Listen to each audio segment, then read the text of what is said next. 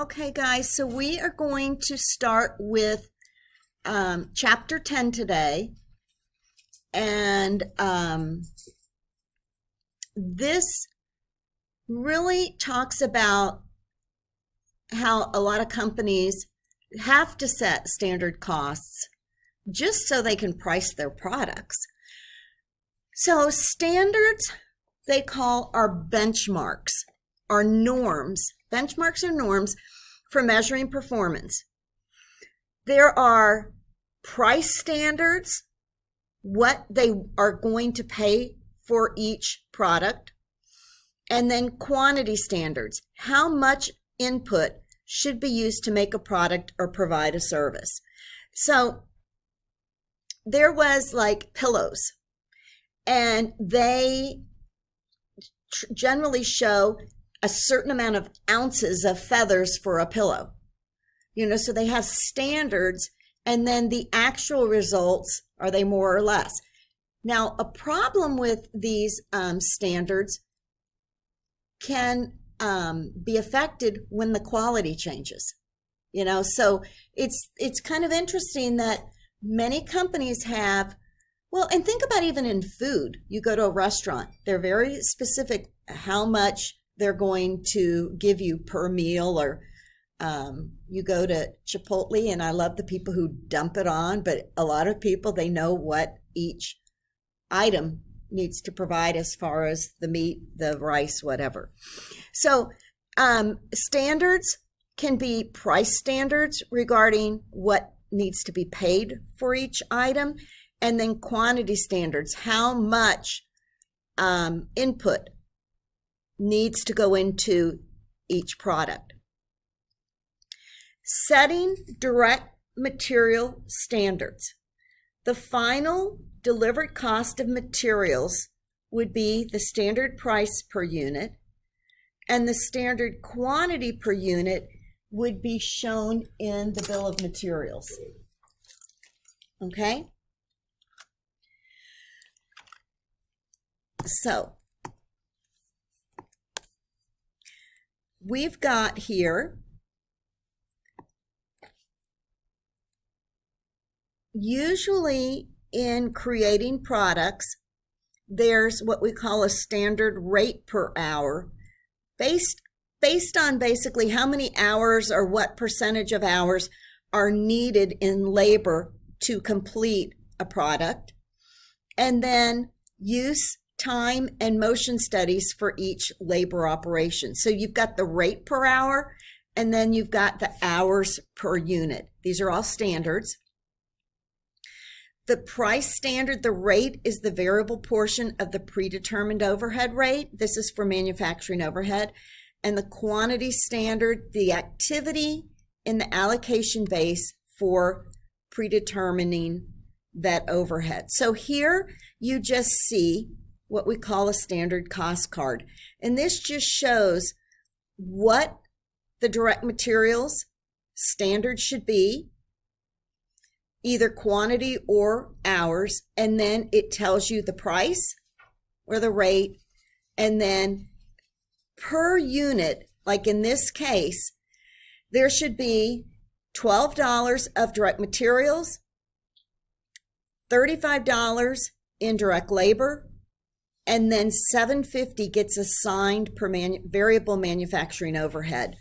So this is kind of what we're looking at for what we call a standard cost card. Standard cost per unit for direct materials, direct labor, and variable manufacturing overhead are in place to determine the activity and the spending variances. So here you see the two variances you're going to have, price and quantity. The price variance is the difference between what we actually spend and what the standard is. The quantity variance is going to be the difference between actual quantity and the standard quantity. So when we talk about these, ultimately we've got to figure out there's two different levels of ownership here. The purchasing manager is responsible for raw material purchase prices. But the production manager is responsible for the quantity. So the purchasing manager wants to get the best price, but they don't necessarily have to utilize the products, which is where the production manager comes into play. And based on, they're ultimately responsible for how much goes into it. The buying and using activities occur at different times. Raw material purchases may be held in inventory for a period of time before being used in the production. So what we're going to look at in this standard cost and variance chapter, we're going to look at the difference of the price variance and the quantity variance. For price, we're going to look at material price, labor rates, and variable overhead rates. But then for quantity, we're going to look at material quantity variance, the labor efficiency, and then the variable overhead. So here you see the standard to the actual. So the standard quantity times the standard price. In the middle, we have actual quantity times the standard price. And then way over to the left, you have actual times actual. So on one side, we've got the quantity variance. And then over to the left is where we're looking at the price variance. Overall, it's going to be the spending variance. So you see in the middle here is the actual quantity times that standard price. It's kind of like when we were doing our budgeting last week and how you had the planning budget and then in the middle you had the flexible budget. It's kind of the same concept here. The standard quantity is the standard quantity allowed for the actual output of the period. So here we've got the standard quantity along with the standard price. Then over to the left is the actual quantity times the actual price. Then you see in the middle and to the far right is where you use the standard price. In the middle is the actual quantity times the standard price. And then over there to the right is the standard times the standard. So our job here is to start by looking at direct materials, the price and the quantity variances, and see how this works out. So here we've got Glacier Outfitters. They've got direct materials for the fiber fill in the parkas. Here they have 0.1 kilograms of fiber fill per parka at $5 per kilogram. Last month, 210 kilograms of fiber fill were purchased and used to make 2,000 parkas. The materials cost a total of $1,029. So do you see way over to the right, we see 200 kilograms, the standard quantity times the standard price should be $1,000. 200 kilograms at $5 per kilogram should give us the $1,000. But what we actually used were 210 kilograms times the standard price of $5. That's $1,050. So you see on the right-hand side, we have an unfavorable quantity variance because we used more than what the standard shows by $50.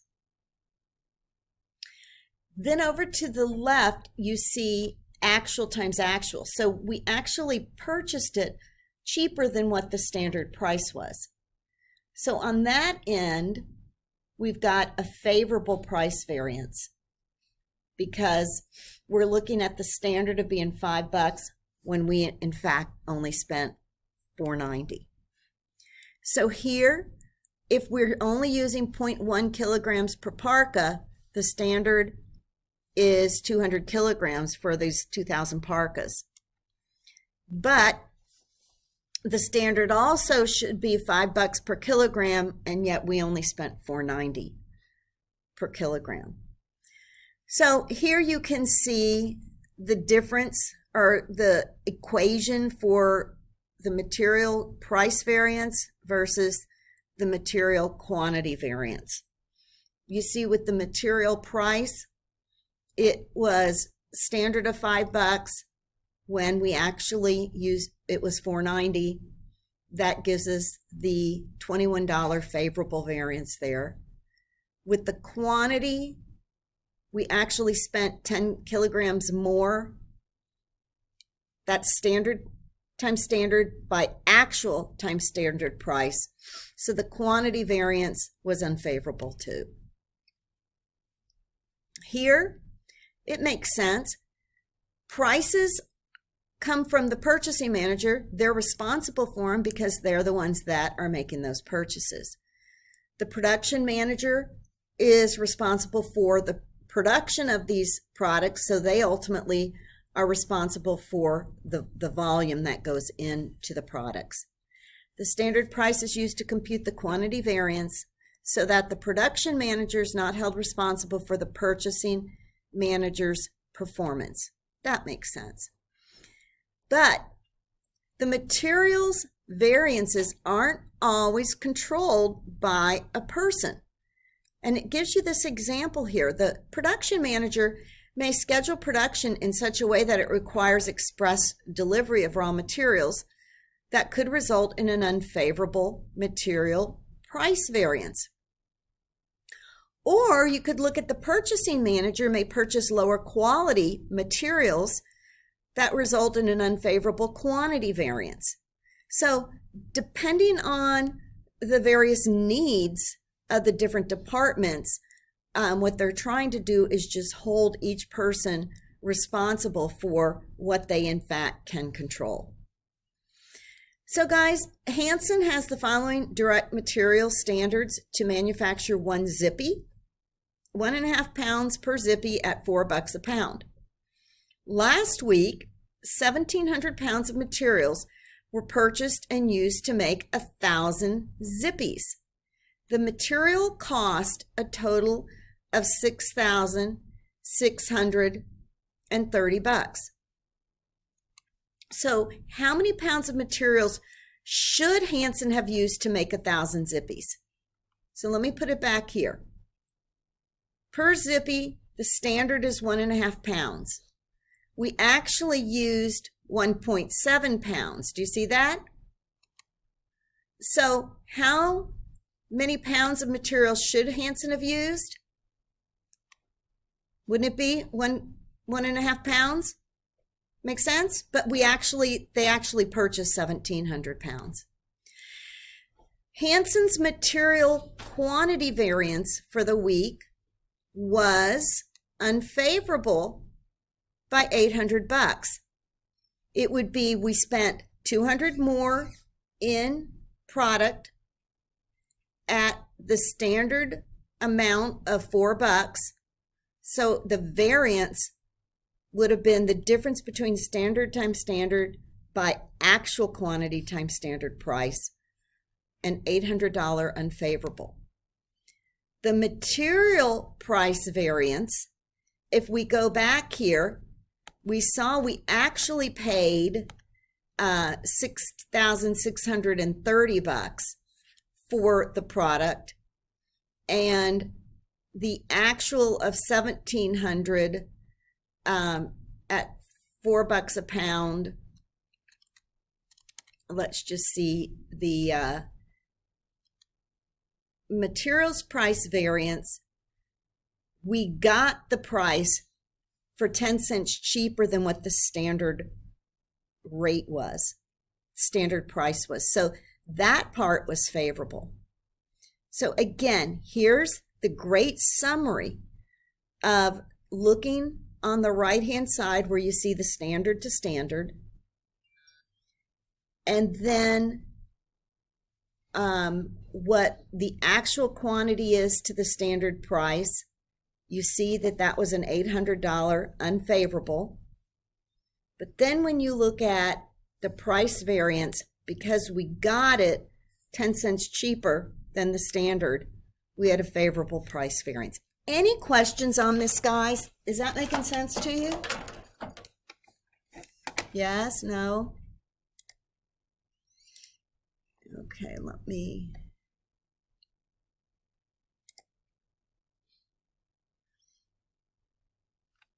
Sorry, look, 1 second here.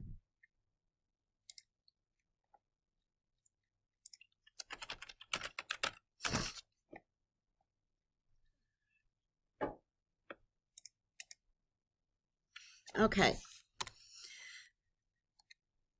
Now, what we're going to look at now is look at the direct labor rate and efficiency variances and look at how that is computed. Glacier Outfitters has the following direct labor standard for its parka. They figure 1.2 standard hours are needed per parka at $10 per hour. Last month, employees actually worked 2,500 hours at a total labor cost of $26,250 to make 2,000 parkas. Okay? So the standard is 1.2. They actually worked 2,500 hours for 2,000 parkas. So here you see we should have had the standard to be 24 hours at 1.2 hours per parka. What at $10 an hour? When you look at efficiency or number of hours it took to work, we have an unfavorable variance because while our standard was 2,400 hours, we actually used 2,500 hours. But then when you go and look at the rate variances, not only in this case, the standard would be at $10, what we actually paid was $10.50 an hour. Does that make sense? So we have an unfavorable rate variance also on both ends. Excuse me, let me just do this real quick.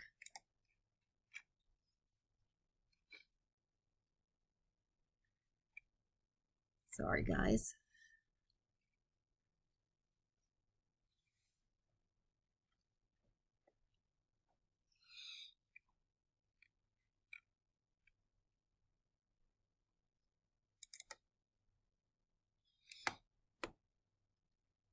Okay. Okay. So the 1.2 hours per parka, we actually went over that. The standard was 1.2, but we actually went over that from 2,400 hours to 2,500 hours. And then, so that was efficiency. For the rate purposes, the standard was $10 per hour. We actually had $10.50 per hour. So both sides there were unfavorable. Again, here you see the equation for calculating the unfavorable variances here. Okay?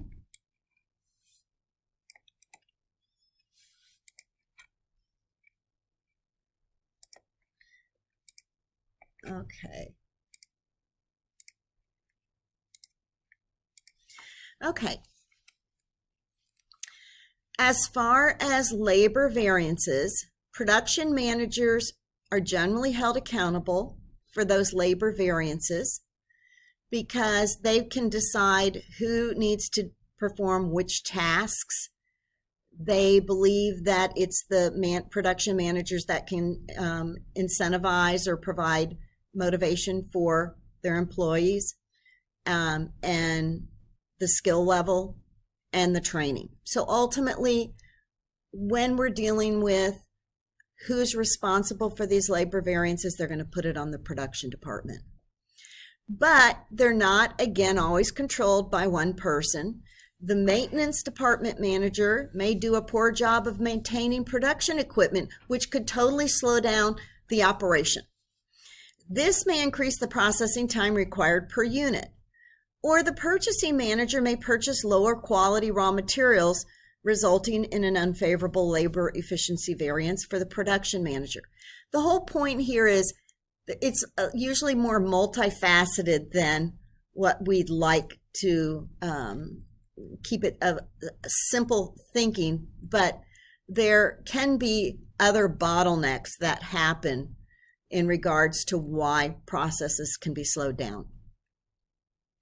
Here's this quick check. With Hansen, it takes 1.5 standard hours per zippy at $12 per labor hour. Last week, 1,550 direct labor hours were worked at a total of $18,910 to make 1,000 zippies. Okay, so Hansen's labor rate variance was unfavorable because we've got instead of $12 an hour, we actually spent $12.20 per hour. And the efficiency variance was also unfavorable because instead of using 1,500 hours, we actually used 1,550 hours. And again, this is what is beneficial for you to see how they show the standard to standard versus the actual to standard. Excuse me.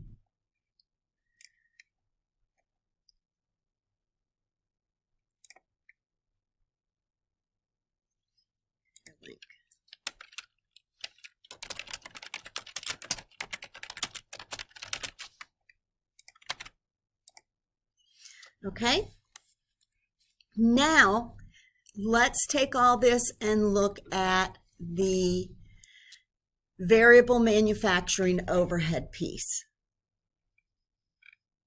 So for the variable manufacturing overhead,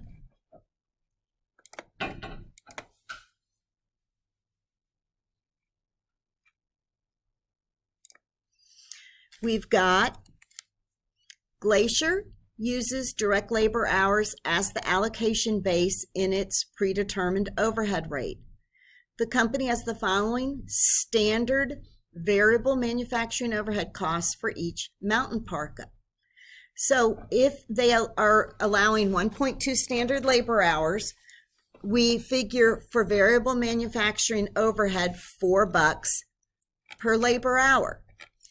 But it tells us that last month employees actually worked 2,500 labor hours to make 2,000 parkas.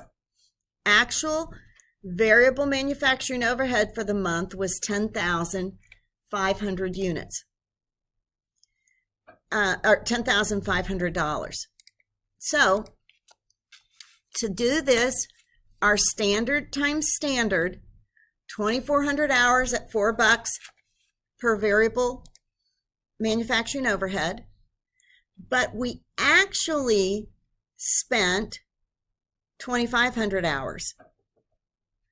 So we do the 2,500 hours times what we actually, the cost per variable manufacturing overhead of $420. Both you see in this case are unfavorable. We used more in time than the standard, so that made that piece unfavorable. And then in the cost, we actually used, the cost was $420 versus the $4 an hour. Okay?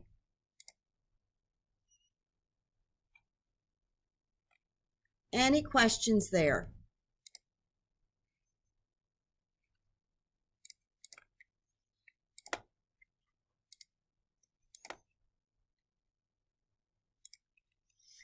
Sorry, guys. Chapter.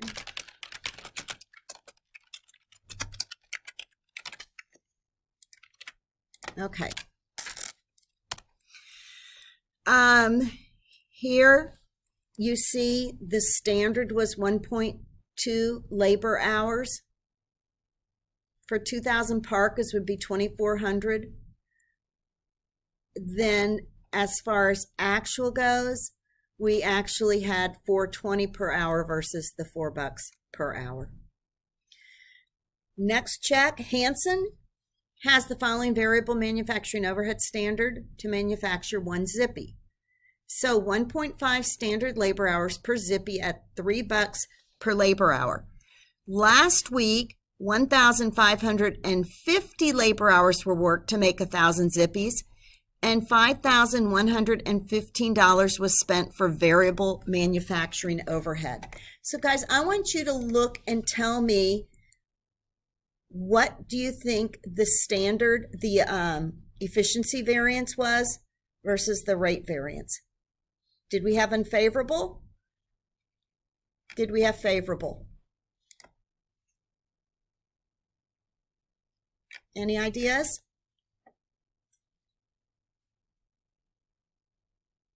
Anyone trying?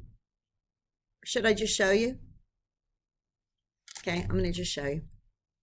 So when we look at the manufacturing overhead rate variance, you see that we were supposed to spend $3 per direct labor hour for variable, but we actually spent $3.30. So that makes that piece unfavorable. Regarding efficiency variances, that also was unfavorable because we were supposed to be at 1,500 hours when we actually worked 1,550 hours. Got it? Again, the breakdown like this is the great, to me, a good way to make sense of it. You see standard times standard, the middle is actual times standard, and then over to the left is the actual times actual. The quantity variance is computed only on the quantity that's being used, but the price variance is computed on the entire amount that was purchased. Glacier has the following direct material standards for the fiber fill: 0.1 kilograms of fiber fill per parka. Last month, 210 kilograms were purchased at a cost of $1,029. Glacier used 200 kilograms to make 2,000 parkas. So again, in this case, the quantity variance didn't change. They used exactly what they were supposed to. The actual was what the standard is. But they actually,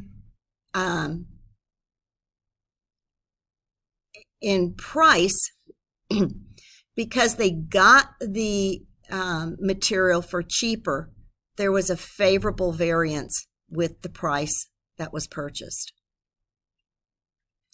So when we're looking at these various costs, there are some benefits and, again, disadvantages, but standard costs are a way that management can use the management by exception approach.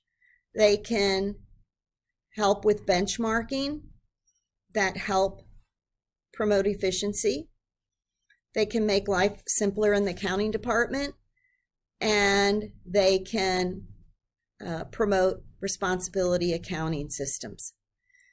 The negatives: standard cost variances reports are usually prepared on a monthly basis, and by the time they get them, they're outdated. The reports kind of aren't useful.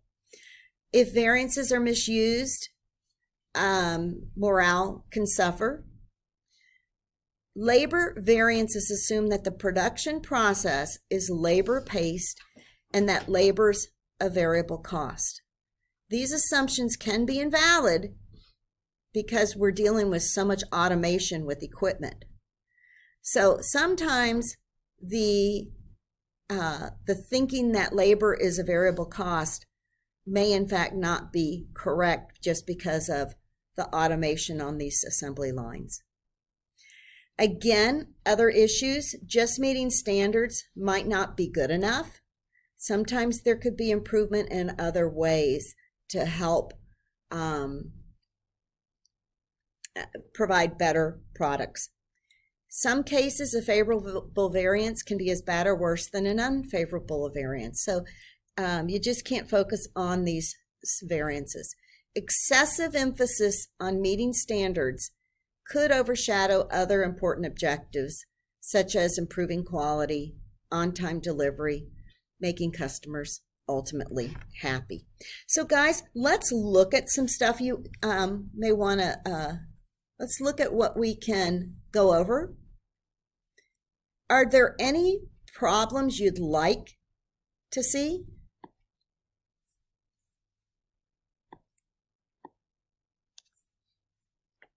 Anybody?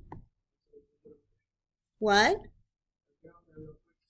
Okay, I'll wait for you to come up with a...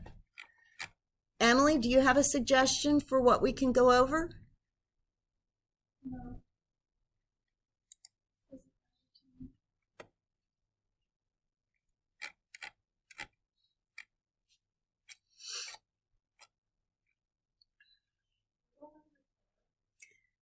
Yes, we can. Let's go over number 4.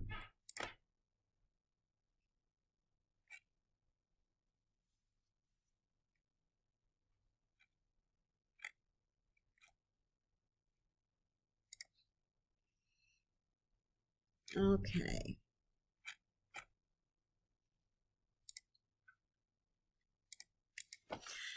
Okay. Now that it's showing, chapter 10,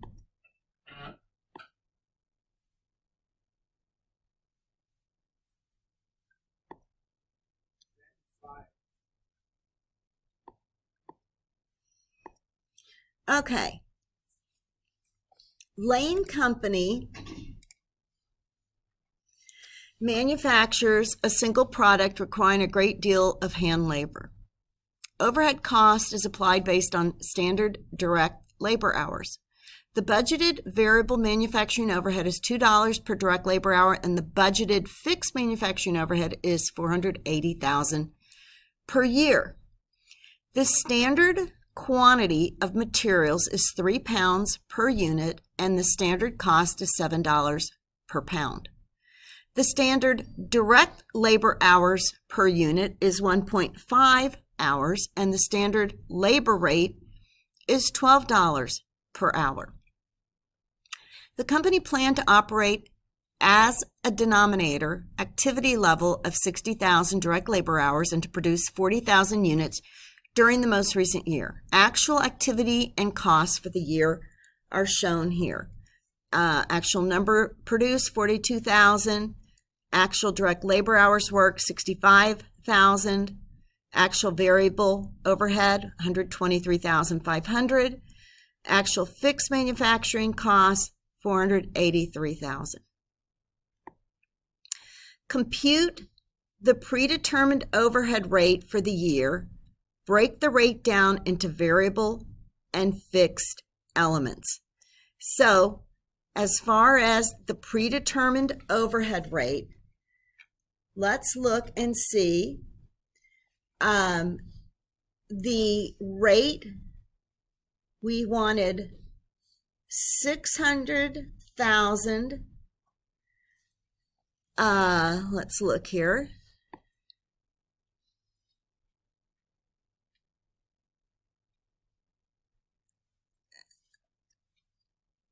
Overhead, the budgeted variable manufacturing is $2. Standard rate, direct labor hours, 1.5, $12 an hour. The company planned to operate at a denominator activity level of 60,000 direct labor hours and to produce 40,000 units during the most recent current year. So, how would we calculate the predetermined overhead rate here? Wouldn't this be direct labor hours predetermined overhead rate for the year.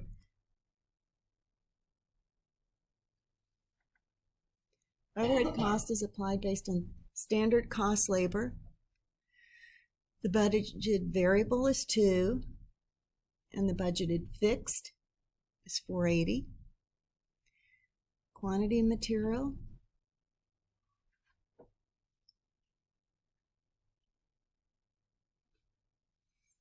So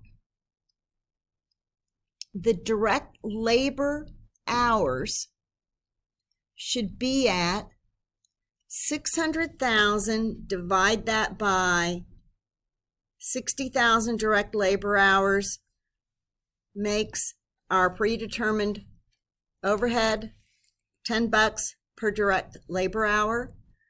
Our variable, we've got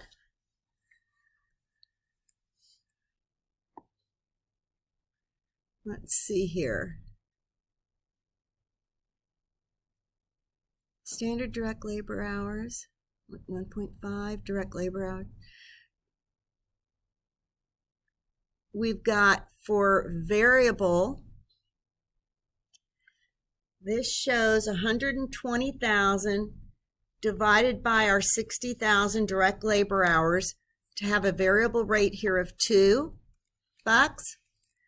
And the fixed rate, the 480,000 of the fixed manufacturing overhead divided by our 60,000 direct labor hours should make this one here at $8. Okay, next, 10, 2, and 8, sorry.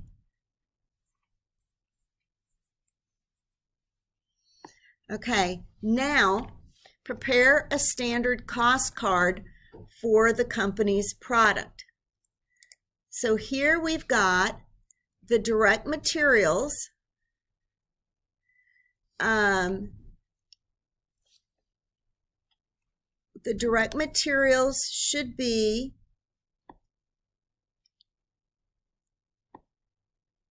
how many pounds and how much per pound?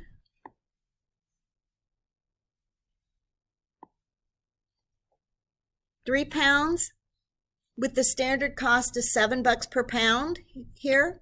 So here we're going to show £3 at $7 per pound, gives us our 21. The direct labor should be 1.5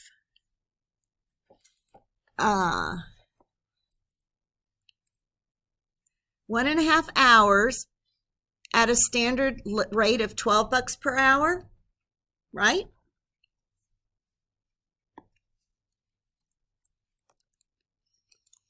Then our variable overhead was 1.5 times $2 per hour.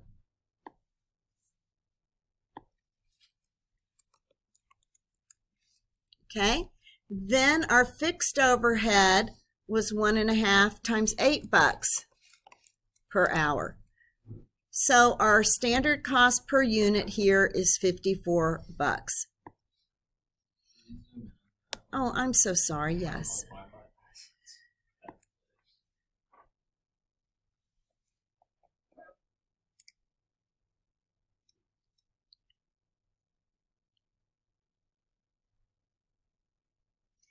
So the standard direct labor hours here,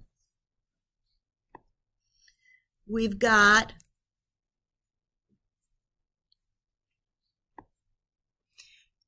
standard direct labor hours, 1.5 direct labor hours times actual number worked, 42,000 units. So 42,000 units times 1.5 direct labor hours should be 63,000 standard direct labor hours. 63 there. Then with our manufacturing overhead, we've got actual costs of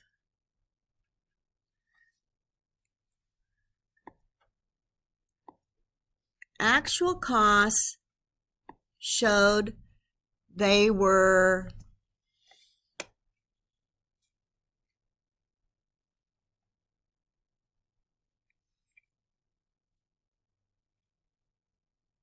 sorry.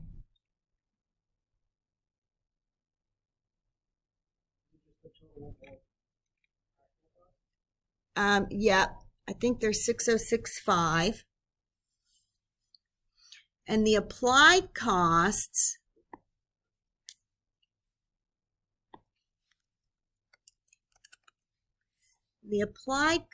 here were supposed to be 630.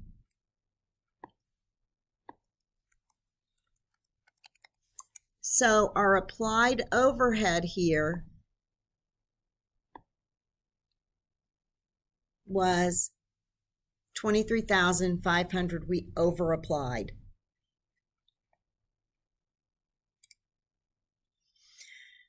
Now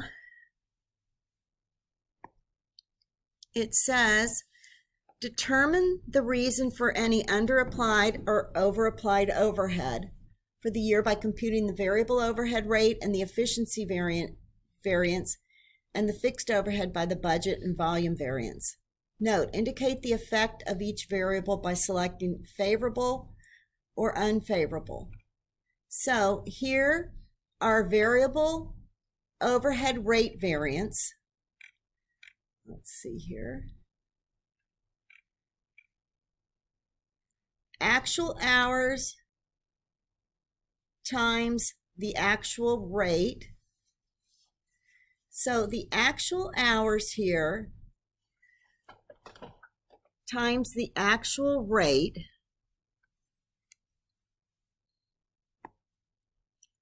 we showed actual hours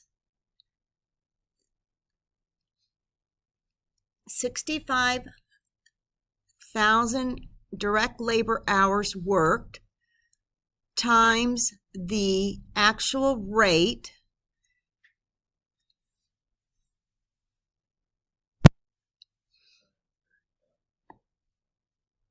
Okay, what part are you in?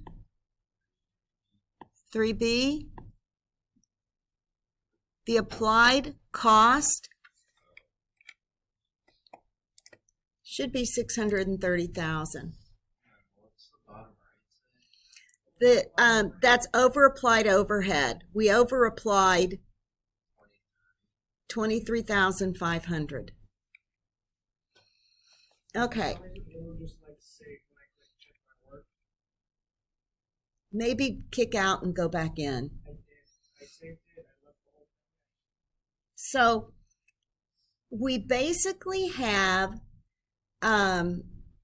for variable overhead rate variance, we've got actual hours of input at the actual rate. Actual hours times actual rate should be 123.5. Actual hours of input at the standard rate, actual hours times the standard rate, would be the 65,000 at $2 per direct labor hour, or 130,000. So in that case, we've got a $6,500 favorable overhead rate variance. Favorable. The variable overhead efficiency rate would be standard hours allowed for output at the standard rate. So 63,000 direct labor hours at $2 for direct labor hour would be the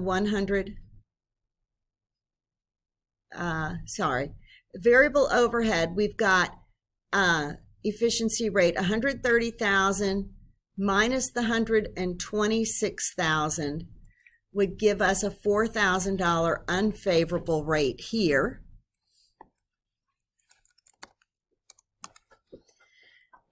The fixed overhead budget variance,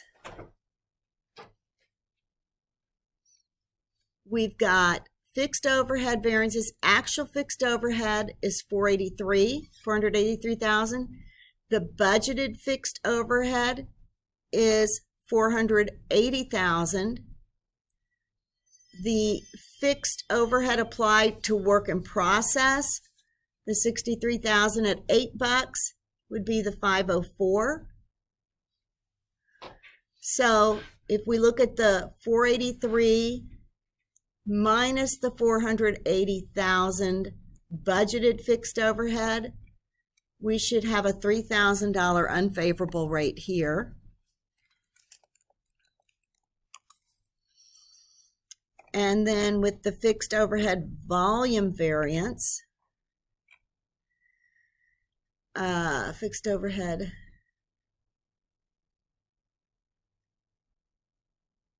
we've got 480,000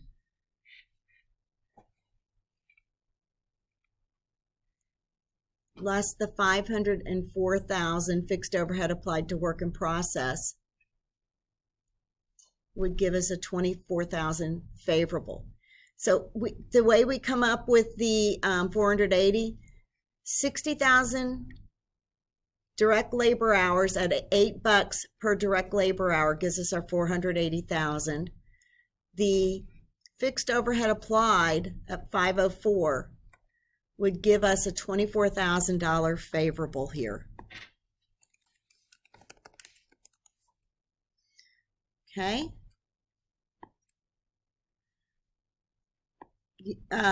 Faisal, is it working now for you?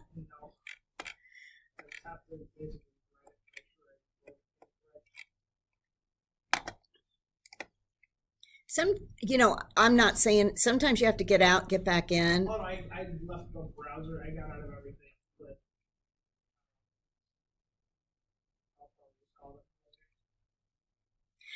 Okay, I'm gonna give you guys the number 5 just to help you with that.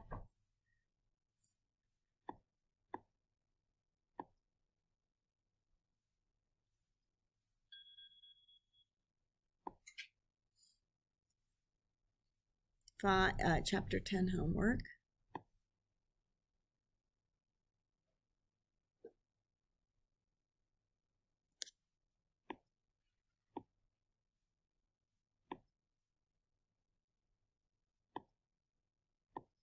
Okay, so Wallace Company manufacturing one product using that cost system. Here, I'm just going to give you the explanations here, and then we'll go over the numbers.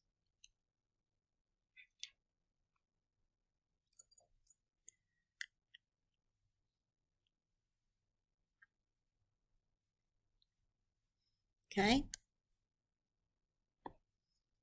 Can y'all see that okay?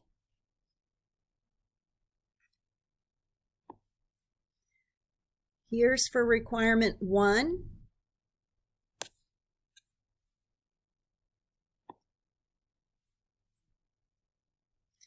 Here's for 2 and 3.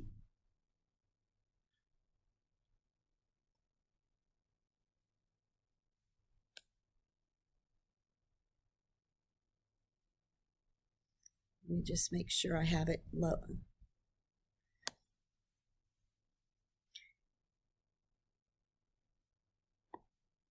Here's, yeah, all that can fit in there.